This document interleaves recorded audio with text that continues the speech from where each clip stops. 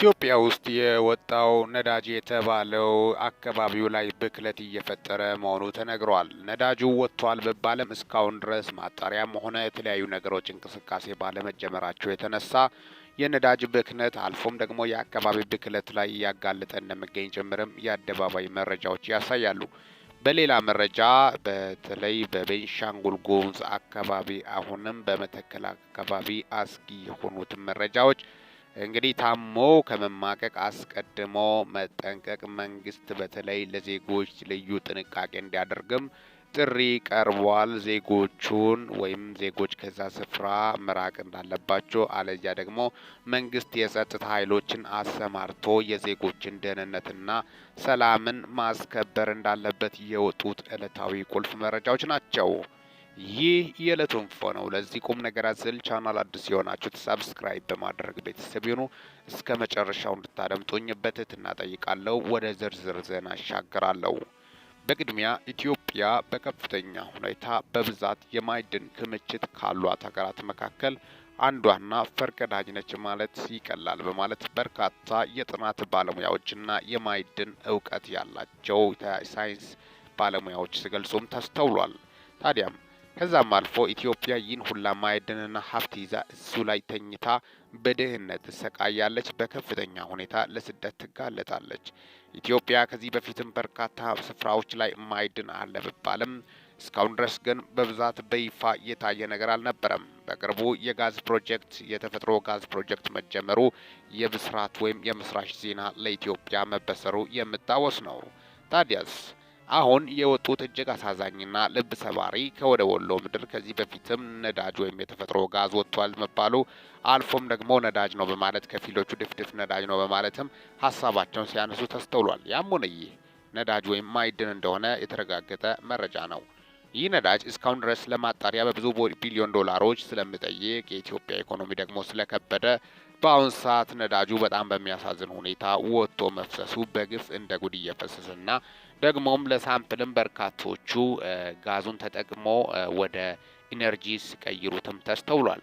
ይህ ነዳጅ እየፈሰሰ ከመሬት ውስጥ የወጣው እየፈሰሰ በጣም በሚያሳዝን ሁኔታ አካባቢውን ብክለት እየፈጠረ ደግሞም ብክነትም እንደሆነም በርካቶቹ የገለጸ መንግስት በአስቸኳይ እልባት እንዲሰጥ የኢትዮጵያ ሕዝብ በጾምም ይሁን ይህን ብር ቆጥቦ ነዳጅ ማጣሪያ ማሽን እንዲገባ በርካቶቹ ጥሪ እያስተላለፉ እንደሚገኙ ጭምርም ነው።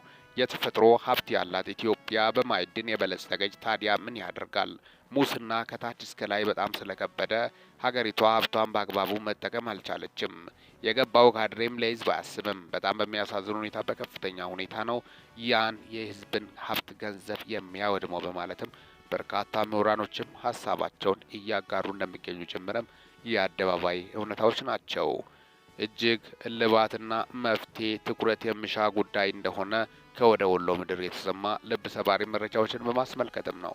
ህዝቤ በጣም በሚያሳዝን ሁኔታ ነዳጅ ተገኝቷል፣ ከዚህ በኋላ ድህነት አበቃ፣ ይህ ነዳጅ ሀብታችንን እንጠቀማለን ብለው ቢያስብም እንደ ጉድ በገፍ እየፈሰሰ እንደሆነና የመረጃ ምንጮቻችን አካባቢው ላይ ብክለት እርሻ መሬቶችን እያበላሸ እንደሆነም ነው የወጡት መረጃዎችና ጥቆማዎች የደረሱን።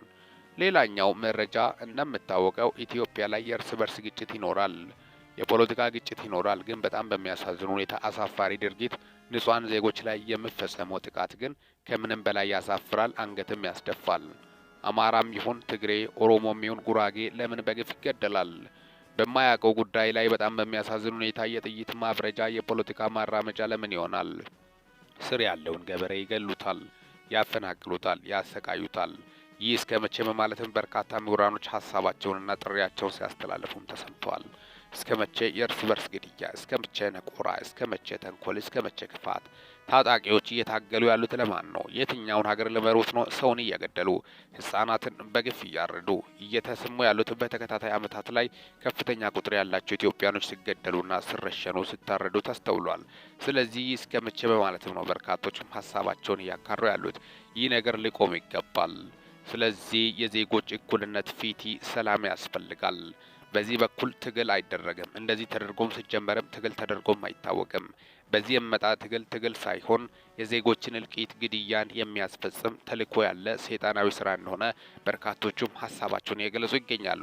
በአሁኑ ሰዓት በመተከል በብዛት የአማራ ተወላጆች ይኖራሉ ተብሎ የሚገመት ስፍራ ከዚህ በፊትም በተደጋጋሚ ጥቃት የደረሰበት ስፍራ ነው።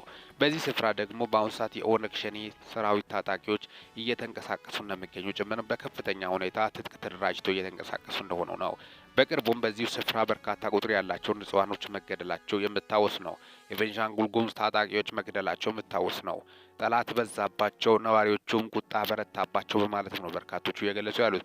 በገዛ መሬታቸው ሰርቶ አልምቶ በጣም በሚያሳዝን ሁኔታ እዚያው ስፍራ በደከሙበት ስፍራ ላይ በርካታ ቁጥር ያላቸው ንጹሃኖች መገደላቸው ምን የሚሉት ጉድ ነው በማለትም በርካቶቹም እየገለጹ እንደሚገኙ ጨምረም ነው። አሁንም በከፍተኛ ሁኔታ ታጥቆ ስለሚንቀሳቀሱ መንግስት በአስቸኳይ ለዜጎች ጥንቃቄና ጥበቃ ደህንነትን ማረጋገጥ እንደሚያስፈልግ ጭምርም ነው። የአንድ መንግስት ስራ መንግስት ነኝ ግብር መቀበል ቀረጥ መሰብሰብ እስከጀመረ ድረስ ግዴታ እንደምለው እሱ ደግሞ ግዴታ የዜጎችን ሰላምና መብት ጥበቃ ማድረግ እንዳለበት፣ ማስከበር እንዳለበት፣ አካባቢውን መጠበቅ እንዳለበት ምሁራኖች በተደጋጋሚ ሀሳባቸውን ሲገልጹም ቆይተዋል። አጠቃላይ ያን በማስመልከት መሬት ላለው ሁኔታን በማስመልከት እስከ መቼ የእርስ በርስ ግድያና ጭፍጨፋ በማለት በርካታ ምሁራኖችም ሀሳባቸውን እያጋሩ እንደሚገኙ ጭምርም ነው። ንጹሃኖች እየሞቱ ናቸው፣ በግፍ እየተገደሉ ናቸው። ብሔር ተኮር በጣም በሚያሳዝን ሁኔታ ንጹሃኖች ምንም በማያውቁት ጉዳይ ላይ ነው እየተገደሉ ያሉት። ይህ ታዲያ ምን የሚሉት ጉድ ነው በማለትም ነው። ምክንያቱም ምንም በማያውቁት ጉድ በጣም በሚያሳዝን ሁኔታ አርሶ አደሩ ምንም በማያውቀው ነገር ባልገባበት ፖለቲካ፣ ባልበላበት ፖለቲካ፣ ባልጠጣበት ፖለቲካ ላይ የሚገደልበት ጥሮ ግሮ አርፎ በጣም በሚያሳዝን ሁኔታ በከፍተኛ ሁኔታ ስቃዩን በልቶ በልማት እየተሰቃየ ያለው አልፎም ደግሞ አልምቶ አካባቢውን ደኑን አስተካክለው ወደ መሬት ወደ እህል የቀየረውን አርሶ አደር በከፍተኛ ሁኔታ እያሰቃዩና እያንገላቱ ያሉት እነዚህ ሰዎች በአስቸኳይ እንግዲህ ጥበቃ እንዲደረግላቸው ነው በርካቶቹም እየገለጹ ያሉት።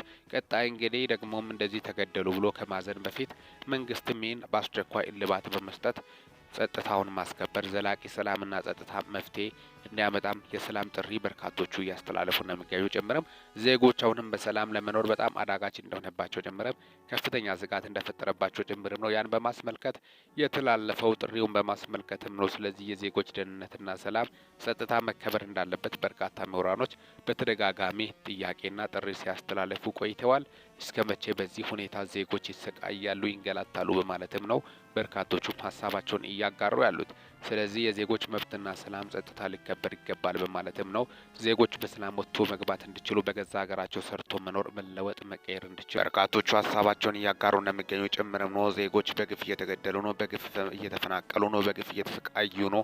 ስለዚህ ሊቆምና ሊታረም ይገባል፣ እልባት መፍትሄ ያስፈልጋል በማለትም ምሁራኖች ጥሪያቸውን ያስተላለፉበትን በማስመልከትም ነው ለእናንተ ይዤላቸው መጣሁት። ይህ የዕለቱ ኢንፎ ነው። ለዚህ ቁም ነገር አዘል ቻናል አዲስ ከሆናችሁ ሰብስክራይብ በማድረግ ቤተሰብ ይሁኑ። የዕለተ ህዳር 29 ሰኞ 2018 ዓ.ም ዕለታዊ መረጃዎች ሊደመጡ የሚገቡት መረጃዎችን በማስመልከት ነው ለእናንተ ይዤላቸው መጣሁት። አጠቃላይ ለሰዓታት ያሉኝ መረጃዎች ይህን ይመስላሉ። በወቅታዊ ነጫጭር እንዲሁም ሚዛናዊ ወይም ታማኒ መረጃ እስከምንገናኝ ድረስ በያላችሁበት ዓለም ክፍል ሰላም ያቆያችሁ።